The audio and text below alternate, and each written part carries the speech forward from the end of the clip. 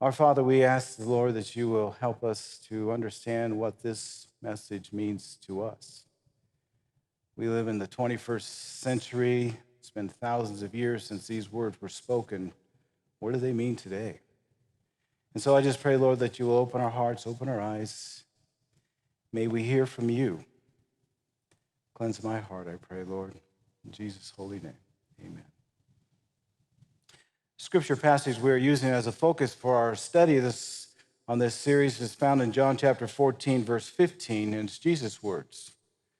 Jesus, the author of the Ten Commandments, says, "If you love me, keep my commandments." I believe one of the greatest challenges we face with the Ten Commandments is the fact that we look at them from a legal perspective instead of a heart perspective. It's something that's easy to do because there's that word, commandments. And so we look at it and say, oh, there's God. He's telling us what to do. Does he really, really love me? Does he love you?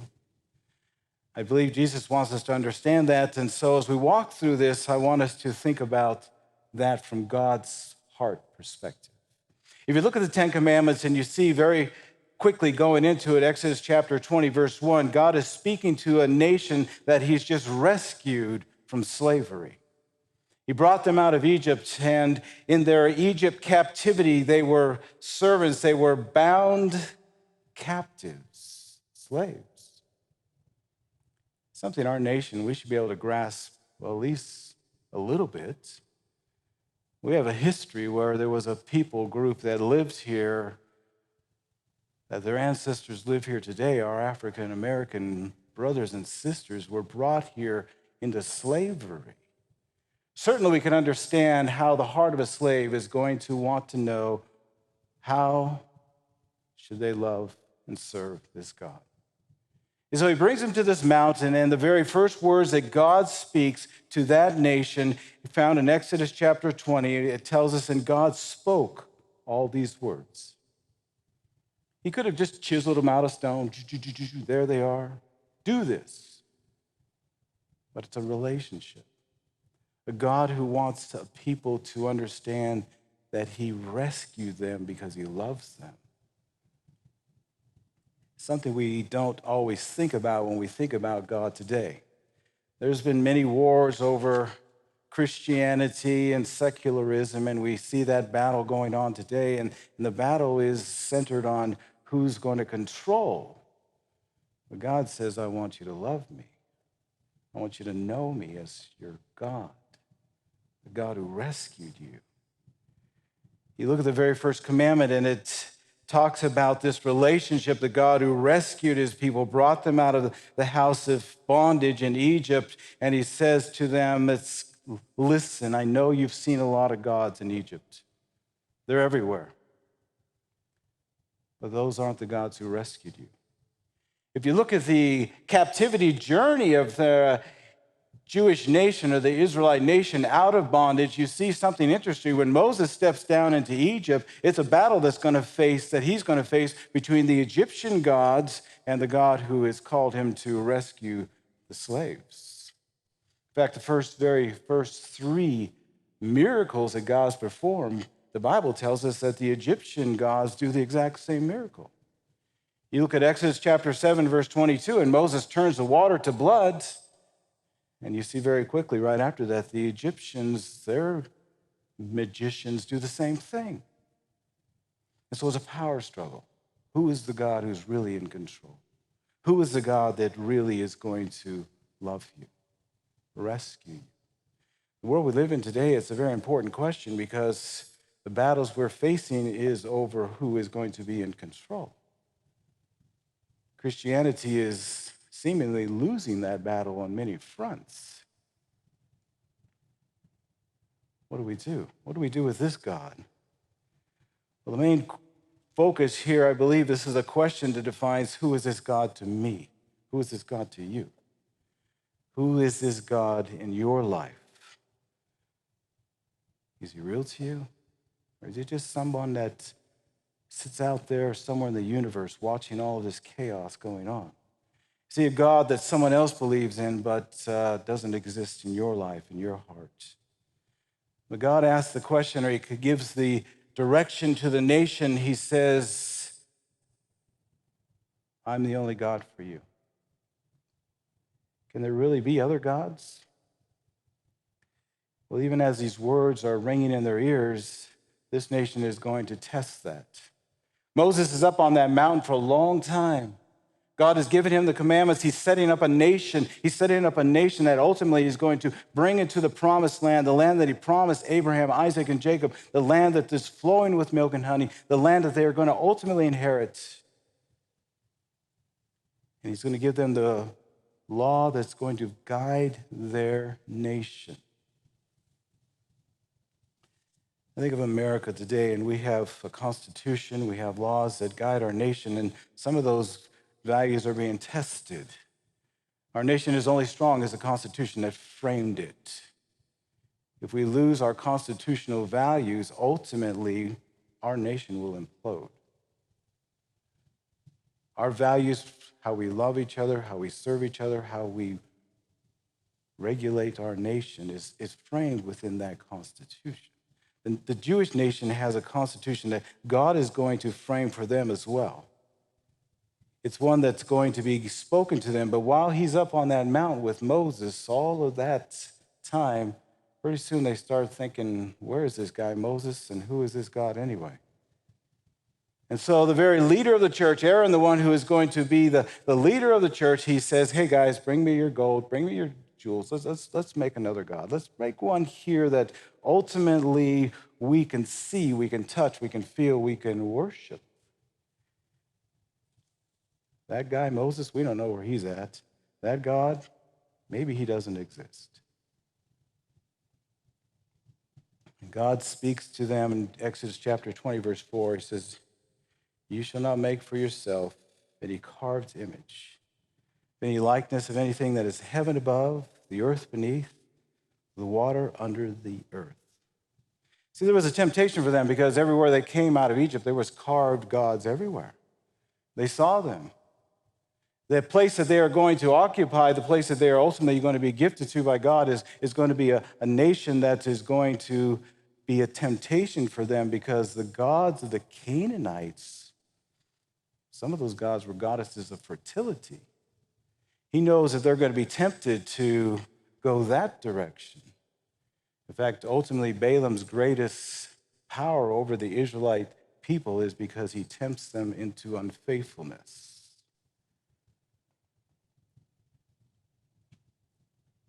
How does this work for us? Yesterday, I am home doing what I do on Fridays. Samantha and I do on Friday. We clean the house, finish working on sermon. We got all kinds of little things going on. I get a text. And I look at the text, and it's got the name of someone that I recognize, a friend of mine.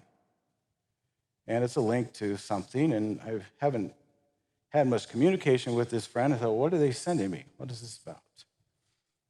So I click on the link. I had a pastor friend tell me that, in about 5 seconds, I can look at something and see whether it's appropriate or not. I can tell you it takes about half a second. The link I clicked on was to one of those links that tries to tempt you into viewing pornography. And I quickly closed it, deleted the message, and said, God, you got to take those pictures out of my mind. The world we live in today, within the church, I'm not talking about the world at large, within the church, 60 to 70% of men view pornography. 50% of pastors who stand in a pulpit like this view pornography. And we wonder why the church has so little influence in the world. It's struggling with the same things that those who don't believe in God struggle with. The battle is intense. The battle is raging. God knows his people are going to walk into a nation that is going to try to lure them down that road, and he's telling them, you can't allow other gods to have this place in your heart. Author, humanist Aldous Huxley stated this. So for myself, and no doubt for most of my friends, the philosophy of meaninglessness was essentially an instrument of liberation from a certain system morality. A liberation from a certain system of morality, he says. We objected to the morality because it interfered with our sexual freedom. The world we're living in today, one of the greatest struggles, the greatest battles we're facing is over sexual identity and sexual expression and freedom. Does God regulate that for us, or do we regulate that for ourselves? This nation is going to ultimately go through that struggle time and again. If you read this book and you watch the history of the Israelite nation, you will see that there are times that when they're faithful, that their nation is strong, and when they succumb to temptation, oftentimes sexual temptation, they fall. And they become just like those who God is saying, don't know me, don't love me. It's got to be different for you, he says. God is saying that for his people, this is a command to help them. I know a lot of people struggle with this because we live in a world today where that right to express ourselves sexually ultimately is where most people are identifying themselves. I know the one thing very clearly, when I stood before a pastor like myself 30 years ago and said to my wife, I do, there was no exception in that clause that said, well, unless I find someone else that I'm attracted to. I told her I would be faithful to her only. That identity or that relationship is as strong as my fidelity to her. Without that fidelity, we don't have a marriage. Without that fidelity, we don't have commitment that is a bond that's going to last. Now, I understand we live in a world that's imperfect and in a world that ultimately people make mistakes, and we all have been there. People don't always remain faithful, but this good news about the God that we serve is that he's a God who also forgives. He's a God that also will once again restore us. If you're in a marriage that hasn't worked out, the good news is God can fix that. If your marriage didn't work out and you're in another marriage, God can help you in that marriage too. I'm not trying to make you feel guilty. I'm trying to get you to see there's a God who loves you and he wants you what's best for your life. Well, the commandment goes on in Exodus chapter 20, verse 5, and God goes a little bit further than the hard matter. He goes into the actions. He says, you shall not bow down to them nor serve them. For I am the Lord your God. I'm a jealous God, visiting the iniquity of the fathers upon the children to the third and fourth generation of those who hate me. Some people struggle with this because they see that word jealousy in here and say, well, what kind of God is this that's jealous? You know? How would God be jealous? And sometimes we put God in a box that is of our human perspective. When I see jealousy from the human perspective, I see people who get angry, who do foolish things, hateful things, even mean things. Spouses who hurt each other because they're jealous. I see people that do things that are very damaging, and this is not what God is trying to say. God is trying to say that I love you. I want a relationship with you. I want you to understand what's best for you. But if you step outside of that, it's going to hurt you. It's going to hurt your relationship with me and others. I'm jealous for your sake. I'm jealous for our relationship so that it can remain and can grow and it can be something that is more than what you've had with the gods of Egypt that you came out of. He's got to speak this to them because they don't understand all this. They've lost it. They've watched, they've observed what's happened in Egypt. They've seen that whole system of worship, and now God is saying, what I'm giving you is something different. The nation that you came out of, they've made you slaves. You were in bounds to them. But now you're free. And that freedom is what I'm coming to offer you. But it says something here about not bowing down. It's the only time in the Bible that, well, one of the few times I should say, where God is giving us the permission to be stubborn. My wife and I have this discussion. We've had it for a number of years. I say she's more stubborn. She says I'm more stubborn. We had this discussion on the way over this morning. She admitted to it. I'm more stubborn. No, she admitted that stubbornness is a good thing. You know, if you're stubborn for something that's important, it is good, it's right. To stubbornly hold on to our marriage, to stubbornly protect it from becoming complacent or to lose the love and the romance, that's a good thing. Stick with it. Be stubborn about fidelity to your family, to your friends, to your nation, to your God. Hold on to those things that are important, those things that are valuable. Don't just bow down. Don't just give in to anything that comes along. Make sure that it's worth giving yourself, your time, your resources, your energy to. Did a little research, and I wanted to kind of see, just out of curiosity, here in America, where do we spend most of our financial resources in? I couldn't go everywhere, but there was a few things that I found that may be interesting to you. Did you know that in 2021, it's estimated that the average American gives, or household, I should say, gives $2,564 spends on entertainment. Pretty interesting amount, about $200 a month. I started thinking, $200 a month, do we spend that on entertainment, really? Because, you know, we don't have Netflix, so I don't spend much there. But, you know, we have Amazon Prime. There's some movies that we'll watch at times. I don't think it's $200, though.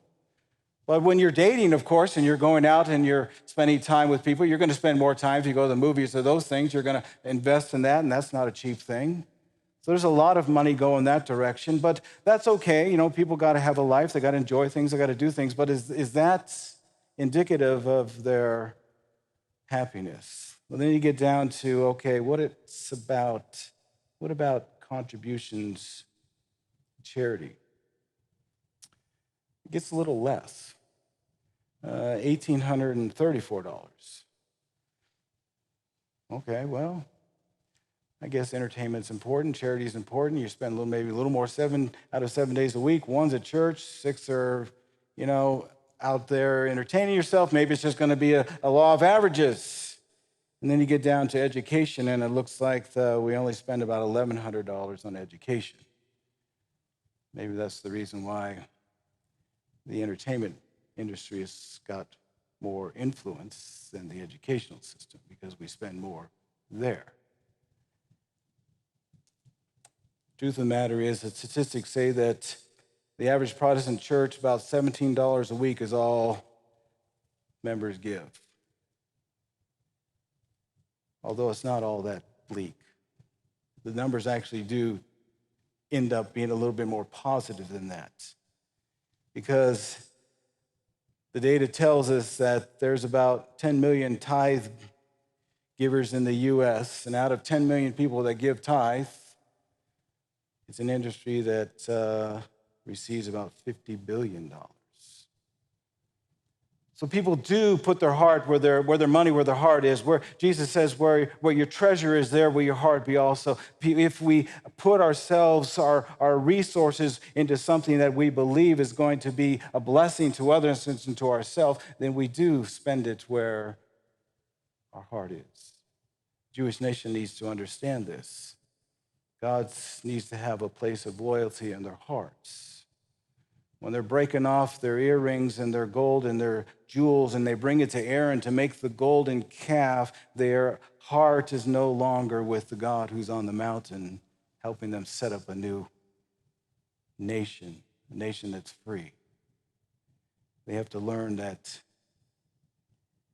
they have to put their treasure in his hands. God says something here that some people do struggle with. He talks about that he shows mercy to thousands of those who love him, but he visits the iniquity of the fathers to the children, to the third and fourth generation. Little struggle here because it seems like God is kind of vindictive here. What is he doing? Is he really just going after people willy-nilly, innocent people? Your dad did something terrible, your great-grandfather, so now he's coming down to pay it back on you? Is that really what he does? My wife and I have had a ministry for the past 20 years, helping people who have been victimized by spiritual leaders sexually. Some of you may have got the email. We are officially stepping out of that role at the end of this year. We're turning it over to new leadership. One thing we have noticed, and very important, is when people are hurt, they live a broken life. Broken people have been modeled for them things that are, well, messed up.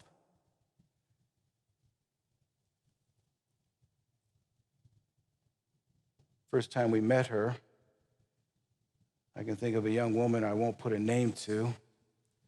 I did that once, and I realized even though I put a wrong name, ultimately the person figured out I was talking about them, so I won't even go that direction. There's been many people that we've helped over the years, but one person who their family of origin raised them in such a way that they were abused from a young child in a very dramatic physical and sexual way. Sold by the father into prostitution. It's not uncommon today with sex trafficking. Whole life is shaped with that whole value system that you are only valuable for the service that you can render, and you are owned by me, and anyone who pays me for that service, you will serve them. Sadly, some of their clients, again, were people who stand in a pulpit like this, telling people to be moral when they're not. When we met her, she was not positive to people of spiritual upbringing because they're not trustworthy to her. Her whole life was shaped because of what someone else did to her. The sins of her father were passed down to her, not by her own choosing. God says, well, I'll let it go on, but I'm not going to let it go on indefinitely.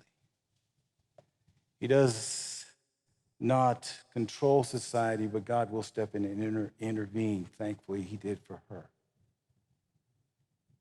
And through the process, a painful, long process, this young woman came out of this abusive lifestyle, learned that she had value, that she was important, that there was a God who loved her, that no matter what her parents did, that was not who he was. And he turned her life around. Now she has hope. She understands that he saved her, he rescued her.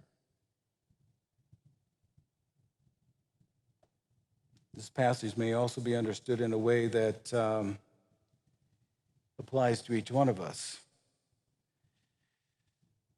The family that I grew up in and the family that you grew up in may be quite different. Your family values may be different than my family values. But I learned things from my parents, even though they were Christians. I learned things that, my character was built because I was in that family of origin. That was how I was brought up. And so I'm learning to interact with people. I'm learning my own value system. I'm learning to be a person within that environment. And my family, while my parents loved me, I was not raised with a value of a self-esteem that maybe you had. If you would have told me when I was younger that one day I would stand and speak to people, I would have laughed at you because Steve didn't have that ability. I would have stood up here and my knees would have been like this, and I would have been shaking, and I would have tried to talk to you, but it wouldn't have worked. But God, because he has a better plan for your life, says, I know what I want you to be. I know what I created you to be. He's speaking to a nation that was in bondage. He says, I've created you for a better purpose than this. I've created you to be free. I've created you to love and to understand what love means, to receive love, to have relationships that are healthy, have relationships that can honestly help you grow. I have a plan for you that you don't see, and they need to see it now. He said, I'm not going to let you, your past, all of those things define you. I'm going to define you if you let me. And for you, my friend, God says, I have a plan for you that you have yet to even comprehend.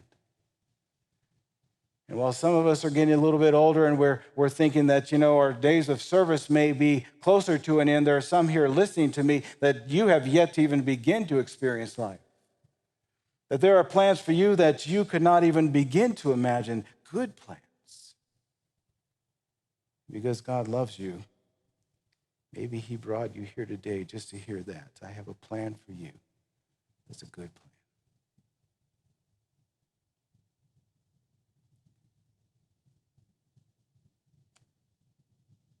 The trouble is, if you're like me, sometimes what I do is get in the way of that plan. Children of Israel are going to learn that lesson the hard way sometimes. They're going to have to go through the school of hard knocks. As my dad used to say, you can do it the easy way, you can do it the hard way, but the choice is yours.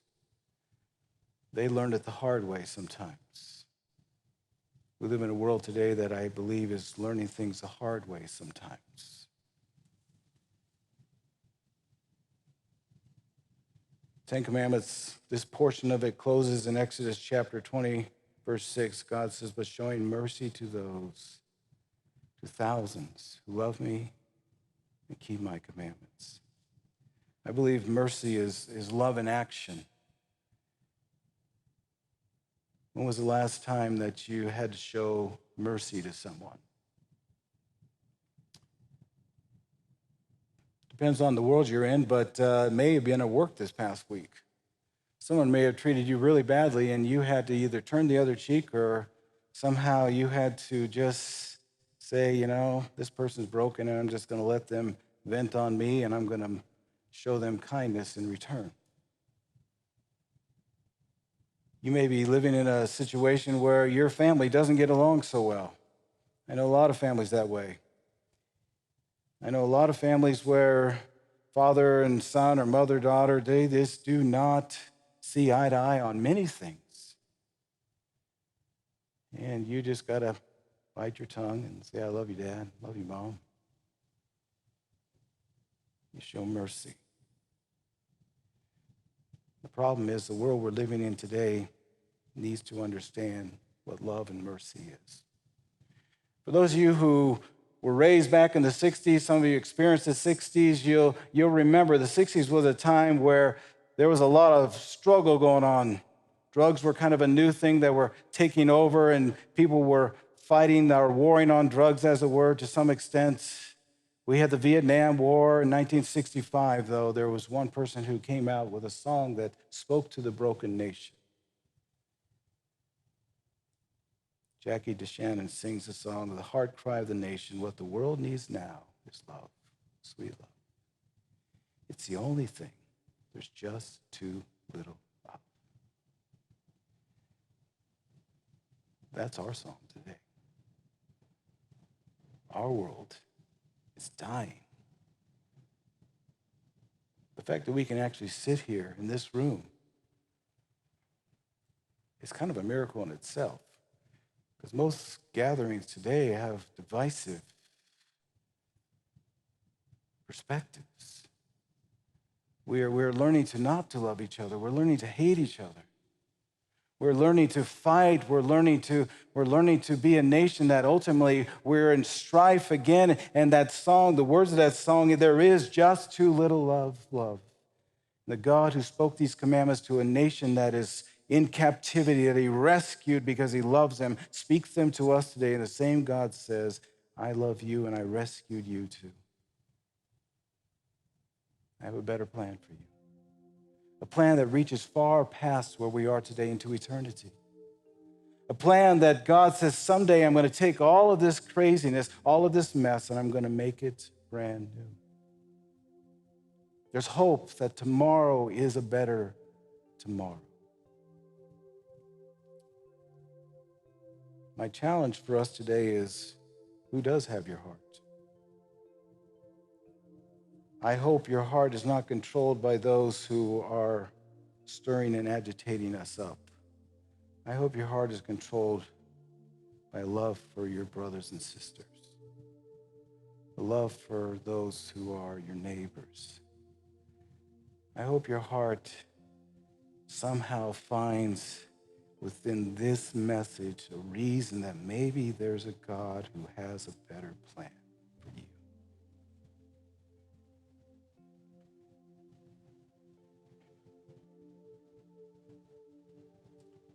The question I ask you and I ask myself is, if that's not the world that I want to live in, what am I going to do about it?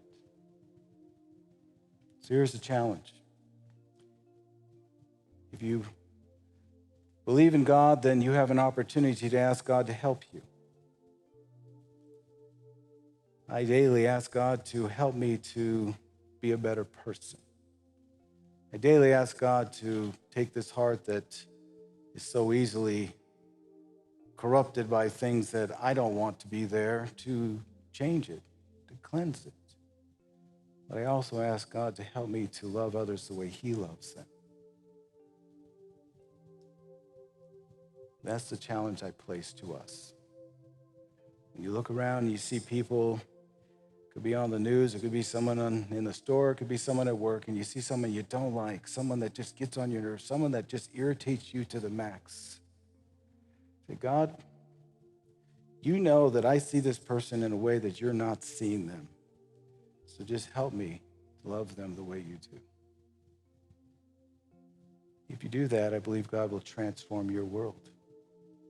The Jewish nation is going to be successful only when they allow God to transform their life. The only influence they will have is when the God that they serve ultimately changes them so they can be a blessing to others. His whole purpose was for that nation to be a blessing to others. And that's what his purpose is for you, for me, for this great nation, to be a blessing to others. Hi, friends. You've been listening to the worship hour at the Cody, Worland, and Powell Seventh-day Adventist Church.